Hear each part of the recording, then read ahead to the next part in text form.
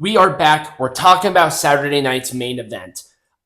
This was a mixed bag show for me. It was very much a mixed bag show. Orange Cassidy, thumbs up. Mm-hmm. This is generally a default. I liked more than I hated. But not... It's a 2-hour event. It felt like it needed more time, honestly. It really did.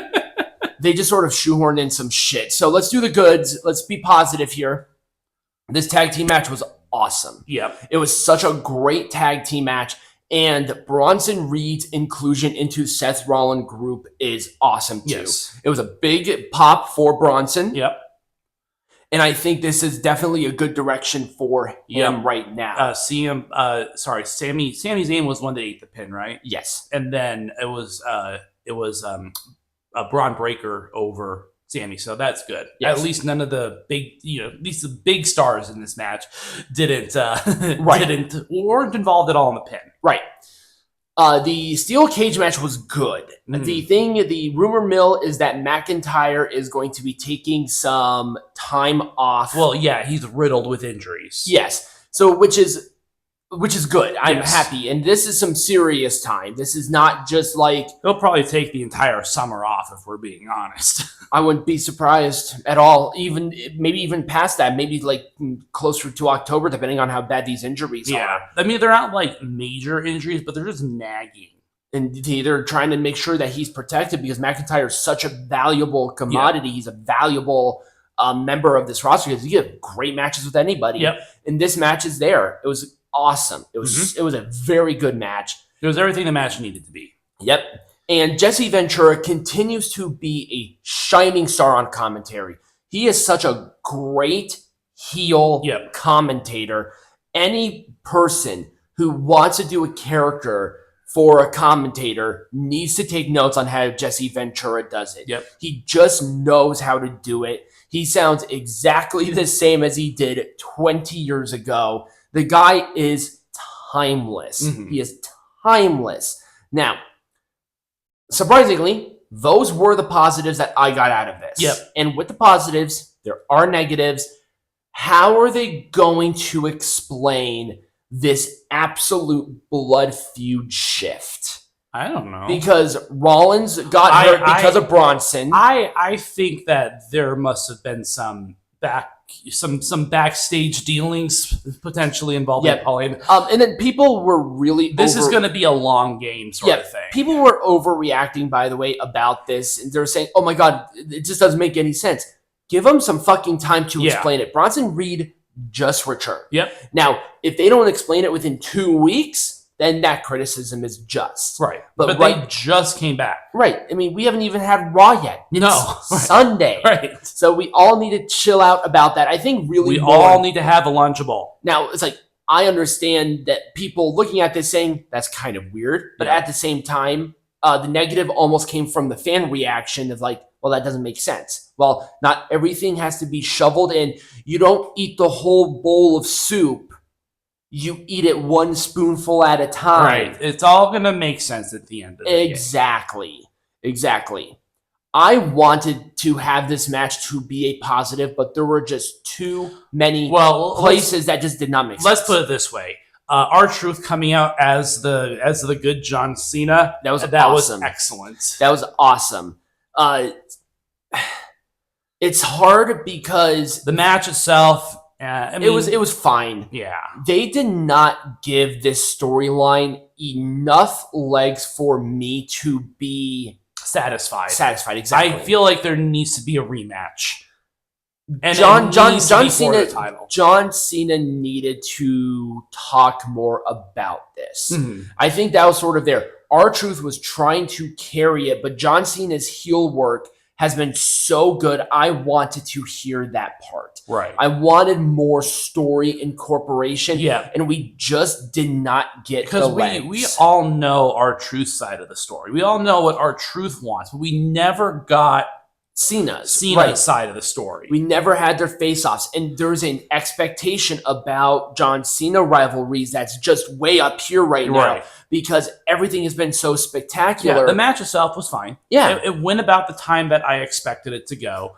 It should have gotten a little more time, but time restraints. It was like a 4.5 minute match. Exactly.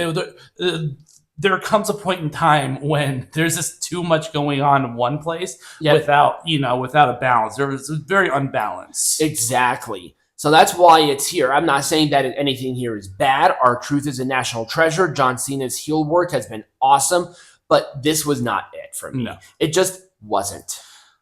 Okay, so 2 things about this. Number 1, not every WWE show needs a women's match. Where were you people complaining about the tag team match? Right. There was no tag team match. Where was that? Well, there was. It was at the beginning. It was Oh, that's right. Yeah. So that was unjustified. But not every single kind of match. Where was a triple threat match? Where was a fatal 4-way match? We need those divisions. Right. If it does not make sense, it doesn't have to be there. Period. Because when you want to shovel in this because representation, this is what you get. Mm-hmm. You get this lazily shoveled in bullshit. Now, WWE has full control of the situation. Could they have put a match in here? Yes. They could have put better matches here. That match with Tiffany Stratton and Nia Jax, they could have put that here, and it would have been fine. Right. Then you had time to build it. Because Nia won that number 1 contenders match, that probably would have been better here. Yeah. But this is where we are. Chelsea Green and Zelina Vega's match as a whole. It was not good. It was a mess. It was a mess to the nth degree. The 619 where Zelina trying to swing her body and clocked Chelsea right in the face. But bloody mess. She became a bloody effing mess because Zelina was trying to get the rotation. That's what happens when you try to shovel in this shit. Mm-hmm. They're just not ready. No. They aren't. I had a much better time with their SmackDown match when Zelina won the title. And everything else Zelina's been doing so far has been fine. This has been a low. Mm-hmm. 1,000% this has been a low for this rivalry. And I hope they're done with it. Right.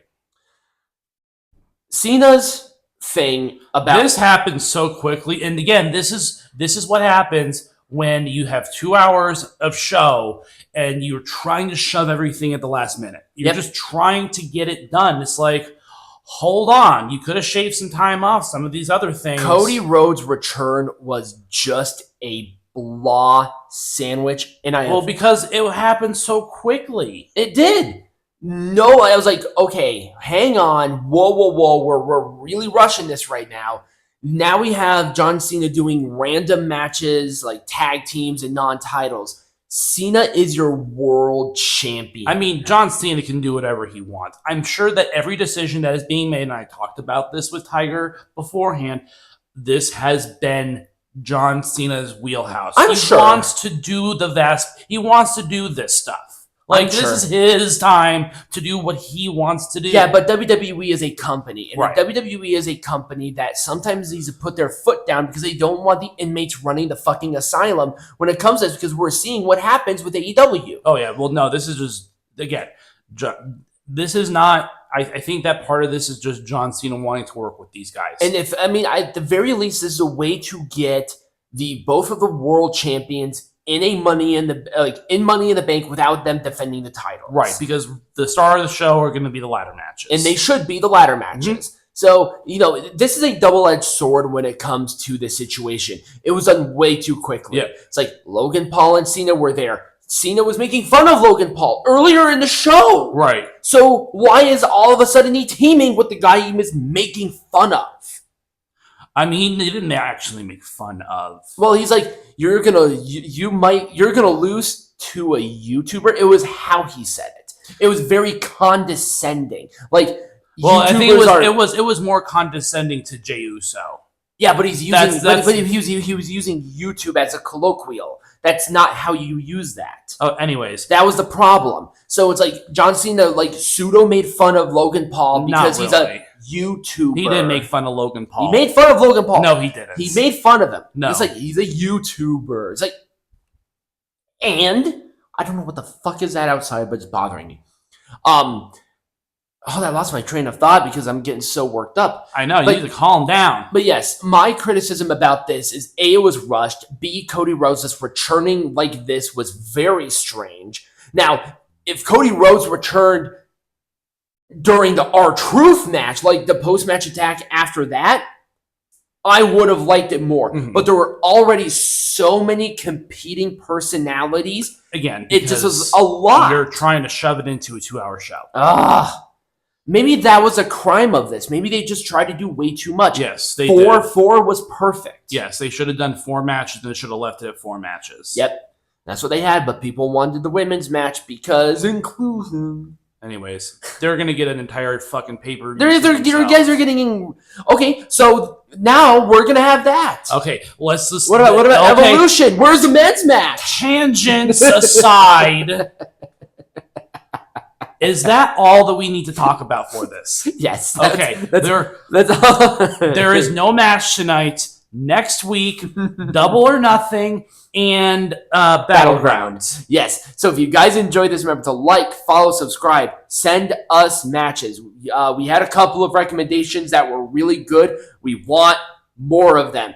And as always, be majestic.